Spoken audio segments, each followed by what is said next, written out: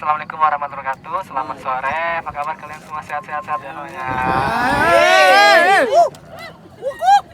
Nah, jadi pecinta alam itu punya beban moral yang berat gitu ya.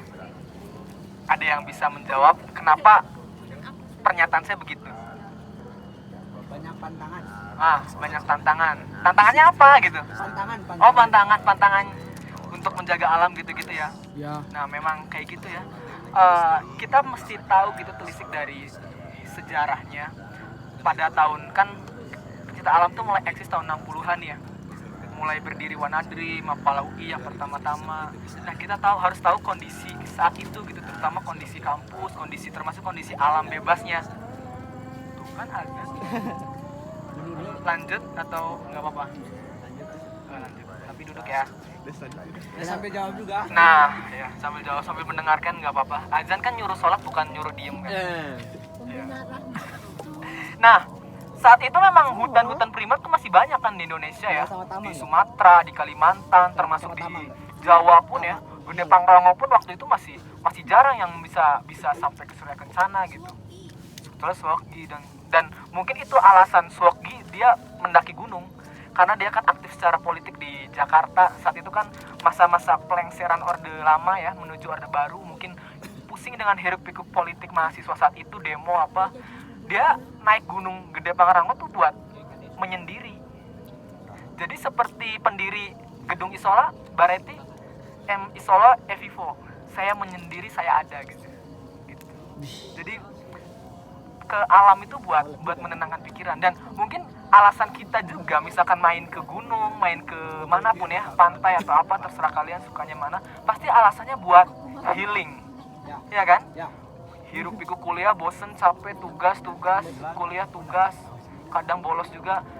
Tapi kalian ke Jantra kan kadang buat healing ya, secara tidak sadar psikologi kalian butuh itu gitu. Dan memang kayak gitu, kena alasan kita berwisata.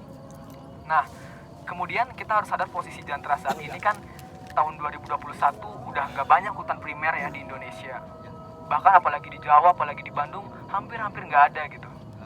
Dan kalau ada pun pasti ada pembatasan di situ, kita nggak boleh sembarangan main ya. Kalau kita nggak ada tujuan buat meneliti atau mengambil pelajaran dari situ nggak akan bisa main. Jadi harus pendidikan dan penelitian. Nah, maka dari itu kita sebagai Jantra, sebagai pecinta alam nih harus mendorong interest kita, harus mendorong minat kita, kepedulian kita terhadap isu-isu lingkungan yang banyak terjadi di Indonesia. Dan mumpung momennya tepat gitu, Bray. Karena makin sewenang-wenang gitu yang punya kebijakan. Nah, tapi saya lihat ya di setiap gerakan pasti nggak banyak gitu dari orang-orang yang basicnya pecinta alam, ya kan? Paling aktivis, marxis gitu ya. Kan mereka kan orang-orang kiri ya. Orang kiri kan di surat apa sih? Pokoknya orang-orang yang ini orang-orang yang sengsara gitu ya. Nah, kita enggak, maksudnya itu bercanda doang. Nah, kita sebagai pecinta alam, kalau kita peduli, kita gabung gerakan, pasti lebih banyak warna yang kita timbulkan dan mungkin solusi dan upaya yang bisa dihadirkan bisa lebih bermanfaat. Nah, seperti hari ini kita berada di lingkup kawasan Bandung Utara ya, KBU. Nah, KBU itu bukan cuma wilayah, bukan cuma kawasan, tapi sudah menjadi apa istilahnya, instrumen hukum, yaitu Perda nomor 2 tahun 2016. Ada yang tahu nama perdanya apa? KBU. Iya, KBU. Tapi kan ada namanya. Ada Pedoman Pengendalian Kawasan Bandung Utara. Nah, dari nama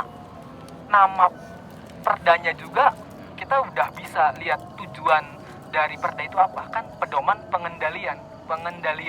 Istilahnya kayak kita nih naik motor, tapi motor kita istilahnya udah melaju ya, ya kita sebagai driver tugas kita untuk mengendalikan supaya kita nggak apa istilah kelabasan atau tabrakan gitu ya, harus dikendalikan. Nah, sama kawasan KBU juga kan ini kan udah jalan gitu ya, udah tumbuh secara progresif gitu ya. Nah, kalau udah tumbuh ya harus dikendalikan. Jadi bukan pedoman bukan pedoman pemanfaatan atau pedoman konservasi. Kalau itu kan kawasannya belum terbangun, baru bisa. Kalau kita kan udah terbangun, makanya namanya pedoman pengendalian. Nah, asas-asasnya itu ya, asas-asas kenapa KBU itu penting, Perda KBU itu penting, yang sudah dijelaskan oleh TIK dan Teh Pau gitu ya. Pertama, kondisi geologi Bandung Utara ya, terutama kawasan Patahan Lembang yang memang faktor resiko bencana di sini tinggi ya, di sini tinggi, dan dampaknya nggak cuma di KBB atau di Lembang ini, tapi seluruh Bandung area atau Bandung Besing ini. Nah kemudian setelah kondisi geologi, faktor lainnya itu konservasi. Nah konservasinya itu bukan cuma konservasi flora fauna, tapi juga agraria istilahnya, atau tanah, air, dan udara. Ya kan, sebetulnya KBU ini, pedoman pengendalian KBU itu bukan baru-baru atau bukan 2016 ada. Pada zaman Hindia Belanda, mereka kolonial itu udah terfikirkan masalah mengendalikan KBU. Mereka udah punya instrumen gitu. Makanya Hindia Belanda itu memang kita tahu ya, Belanda rapi gitu ya tata kotanya, urbannya gitu ya. Amsterdam tuh bagus gitu. Mereka juga menerapkan itu di Bandung, terutama di kawasan Bandung Utara. Karena memang mereka sadar gitu kalau kawasan Bandung Utara itu kawasan penyangga untuk seluruh Bandung. Ya kan? Pertama ya tahulah masalah catchment area ini kan daerah tangkapan air hujan ya. Dan air tanah yang kita konsumsi nih di Bandung ya semua berasal dari kawasan Bandung Utara, kawasan Bandung Selatan, pegunungan-pegunungan di sini gitu ya. Makanya menjaga atau mengendalikan perubahan bentang alam itu penting dilakukan. Makanya perda itu ada gitu. Seperti itu. Jadi faktor geologi dan tadi faktor konservasi. Nah, namun memang dalam pelaksanaannya, dalam implementasinya masih banyak kekurangan ya. Pada tahun 2018 ada banjir yang lumayan menggemparkan kan di daerah Cicahem. Ada yang orang Bandung Timur, Arca Manik, Antapani, Cicahem. Orang mana? Ani? Antapani. Waktu 2018 ada banjir yang itu ya, yang di Cicahem itu, yang dari daerah apa sih di atasnya teh? Mandala Jati ya, Mandala Jati.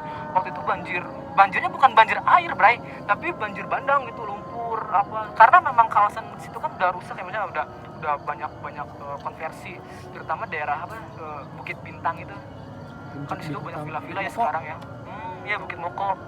Nah, banjir lah di situ. Saya ikut diskusi sama dosen Unpad waktu itu, dosen mana ya, jurusan apa lupa. Terus sama teman-teman aktivis Walhi gitu. Nah, banyak yang sadar bahwa ya walaupun ada perda tapi implementasinya masih kurang gitu. Ya termasuk apa yang ada di hadapan kita nih, yang masalah waterboom ini gitu ya. Udah tahu ini kan kawasan yang resiko bencana paling gede ya, yang paling gede kan. Tapi kok bisa gitu dibikin tempat rekreasi, kok nggak menghitung faktor keamanan, keselamatan wisatawan atau merekanya sendiri pengelola, atau bahkan mikirin semua jutaan masyarakat Bandung di bawah gitu. Karena memang kalau kebayang kalau gempa gitu airnya bakal meluncur bebas nih. Iya kan, ke Cimbuluit, ke Cihampelas, ke daerah bawah lah ini. Pasteur. Nah, ya termasuk banjir di Pasteur kan, sering banjir Pasteur ya. Bener sih. Ya karena emang udah rusak banget gitu. Dan ya kita nih punya beban moral kan sebagai pecinta alam, terutama geografi juga kan, basic ilmunya bisa tuh menarik untuk dijadikan kajian-kajian dalam ya entah riset kecil atau riset yang besar gitu ya, skripsi, tesis, disertasi gitu, amin ya. Amin. Supaya dampaknya makin terasa gitu. Apalagi ya udah sih hanya itu doang. Oh ya paling di perda itu sebetulnya apa sih isi perdanya, kalian bisa baca ya, bisa download banyak dokumen yang tersedia di Google. Intinya di perda itu diatur zonasi kawasan, semacam RT RW. Kalian pernah dong ya ketika kuliah perencanaan wilayah atau apapun ngeliat zonasi itu. Nah di perda itu diatur diatur zonasi-zonasinya, mana yang kawasan lindung, mana kawasan yang bisa dimanfaatkan. Nah, saya nggak bisa nampilin petanya ya, peta zonasinya, karena bingung juga mana versi yang benar, karena nggak dapat nemu yang versi pemerintahnya gitu, versi pemerintah provinsinya. Intinya kawasan KBU itu dimulai dari ketinggian 750 mdpl, terus kan ke utara naik, jadi menghimpun 4 kabupaten kota Bandung, termasuk UPI juga kan, Kota Cimahi, Kabupaten Bandung Barat, dan Kabupaten Bandung. Jadi luas banget. Nah itu seluruh KBU, jadi 750 ke atas terus gitu. Dan pembagian zonasinya ya tadi yang saya jelaskan dibagi dua, kawasan lindung dan kawasan yang bisa dimanfaatkan. Ada kawasan L1 atau lindung utama gitu, tuh di daerah yang ini nih, Tangkuban Perahu, terus Cagar Alam Burangrang. Terus ada lindung yang dua yang lebih ini, yang lebih soft gitu ya, yang lebih nggak ketat, tuh di Tahura. Jelaskan Tahura juga kan kawasan lindung ya, walaupun ya segitu, ada flora fauna yang endemik yang harus dijaga. Kemudian zona pemanfaatannya ada pemanfaatan kota, pemanfaatan desa, ada pemanfaatan pertanian, perkebunan. Tapi ada bedanya dengan RT RW biasa, di KBU itu ada asas-asas yang harus yang dipegang gitu, terutama asas lestari dan sustain, ya harus sustainable gitu, termasuk dalam sistem pertanian harus ramah lingkungan. Nggak boleh kita sembarang pakai pestisida yang bisa mencemari sungai, karena kan sungai-sungai di sini pasti mengalir ke selatan dan dikonsumsi gitu ya. Nah seperti itu sih secara singkat. Kalau mungkin kalau kawan-kawan pengen tahu lebih jauh, kita bisa bareng-bareng bedah gitu ya di Sekre yang enak gitu tempatnya. Kita bisa buka bareng perdanya, kemudian kita bisa juga kaji dengan beberapa riset-riset atau jurnal-jurnal yang bisa kita dapetin gitu.